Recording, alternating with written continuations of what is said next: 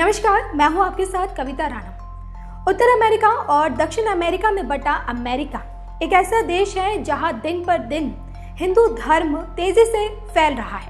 भले ही हमारे देश में हिंदुत्व और भारतीय संस्कृति को लेकर बवाल मचता हो, हिंदुत्व की आड़ में सांप्रदायिकता का रंग देने की कोशिश की जाती हो, लेकिन शक्तिशाली देशों में शुमार अमेरिका दिन पर दिन भारतीय संस्कृति और हिंदू धर्म को अपना रहा है। जी हाँ, अमेरिकी लोगों का रुझान हिंदू धर्म की ओर बढ़ रहा है। ऐसे में सवाल उठता है कि क्या एक दिन समूचा अमेरिका हिंदू राष्ट्र में तब्दील हो जाएगा? देखिए हमारी इस खास रिपोर्ट में।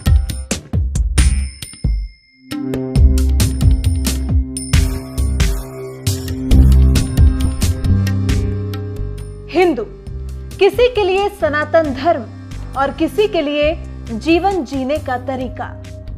विश्व के पुराने धर्मों में से एक हिंदू धर्म, जिसके विचारों और संस्कृति से प्रभावित होकर समूचा अमेरिका हिंदुत्व की ओर बढ़ता जा रहा है। हर साल हजारों की संख्या में लोग हिंदू धर्म को अपना रहे हैं। ऐसा माना जा रहा है कि वर्तमान में भारत के अलावा यदि हिंदू धर्म का कोई केंद्र है तो वो अमेरिका है। एक दौर वो था जब अमेरिका की सरजमी पर हिंदू धर्म का मजाक उड़ाया जाता था। धर्म से विश्वास को अंधविश्वास माना जाता था। धर्म से जुड़ी आस्था को आडंबर का नाम दिया जाता था। आज अमेरिका की उसी सरजमी पर योग किया जा रहा है, सूर्य नमस्कार हो रहा है, गायत्री मंत्र से लेकर महामृत्युंजय मंत्र का जाप किया जा रहा है और हिंदू परंपराओं से प्रभावित होकर खुलकर हिंदू धर्म अपनाया जा रहा है। आलम यह है कि विश्व के सबसे व्यस्त क्षेत्र न्यूयॉर्क के टाइम्स स्क्वायर में सालाना बड़े स्तर पर योग कार्यक्रम का आयोजन किया जा रहा है।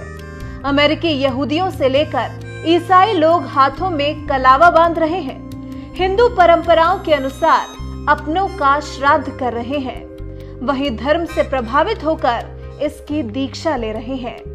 दिन ब दिन हिंदू धर्म अपनाने की संख्या बढ़ती जा रही है। तो अमेरिका में आम से लेकर कई बड़ी बड़ी शख्सियत हैं जो अब हिंदुत्व को अपना चुकी है और इन्हीं चीजों को देखकर ऐसा लगता है कि नास्ट्राडामस की हिंदू धर्म के उत्थान वाली भविष्यवाणी अब सच साबित होती हुई नजर आ रही है। ऐसा हम इसलिए बोल रहे हैं क्योंकि मार्क जुकरबर्ग ने अपनी सफलता के पीछे जहां नीम करोली बाबा का हाथ बताया था, तो वहीं अमेरिकी संसद में गीता पर हाथ रखकर शपथ ली जाती है। तो वहीं दूसरी तरफ जितने भी ज्यादातर हॉलीवुड हस्तियां हैं वो अपनी जिंदगी में हिंदुत्व का रंग भर रहे हैं।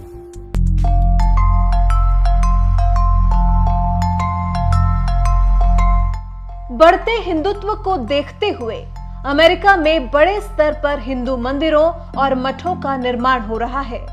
यहूदियों और ईसाइयों में हिंदू धर्म का सबसे ज्यादा प्रभाव देखने को मिल रहा है। बड़ी तादाद में अमेरिकी लोग इससे जुड़ते जा रहे हैं। फेसबुक के सीईओ मार्क जुकरबर्ग भी लोगों की किस्मत बनाने वाले नीम करोली बाबा के आगे नतमस्तक होने के लिए नैनीताल पहुंचे, और वो भी एप्पल के संस्थापक स्टीव जॉब्स की सलाह पर। स्टीव जॉब्स ने ही उन्हें महाबली हनुमान के स्वरूप नीम करोली बाबा तक पहुंचने का रास्ता दिखाया। वहीं बतौर अमेरिकी सीनेट तुलसी गेबार्ड ने हिंदुओं के पवित्र धर्म ग्रंथ गीता पर हाथ रख शपथ ली।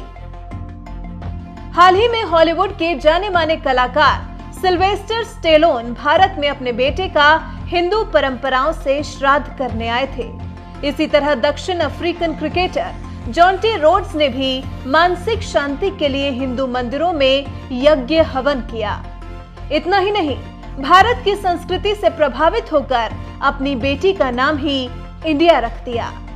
अमेरिका में जन्मी जूलिया रॉबर्ट्स, जिन्होंने Notting Hill, my best friend's wedding और ईट प्रे और लव जैसी फिल्मों में अभिनय कर हॉलीवुड इंडस्ट्री में अपनी एक पहचान बनाई, वो कई मौकों पर खुद को हिंदू बता चुकी हैं।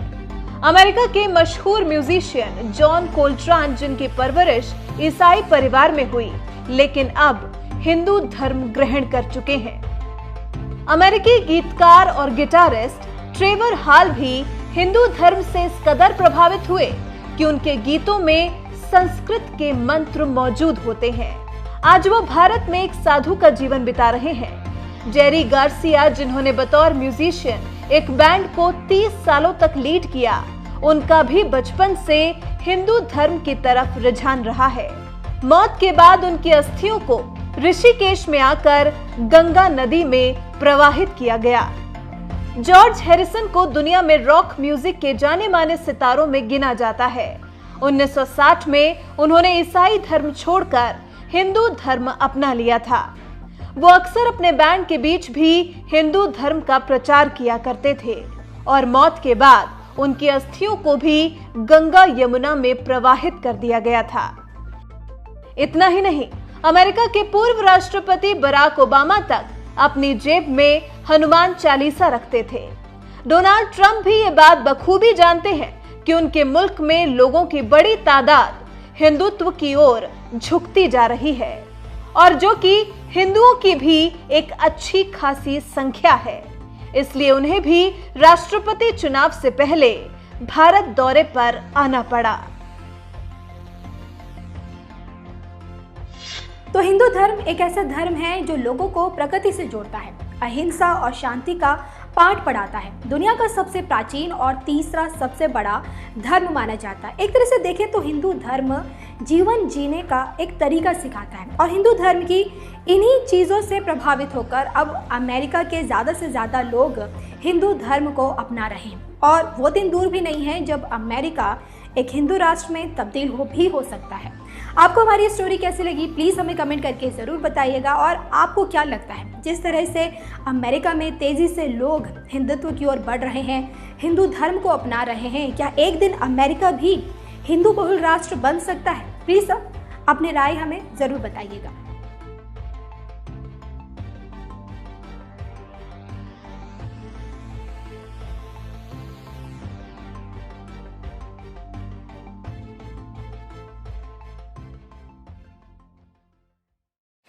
सर, मैं जानना चाहती हूँ कि कोरोना वायरस जिसे दुनिया अब कोविड-19 के नाम से भी जानने लगी है और कोई भी इसका नाम सुनता है ना तो उसके मन में यही ख्याल आता है कि बस कोरोना वायरस मतलब मरना तय है।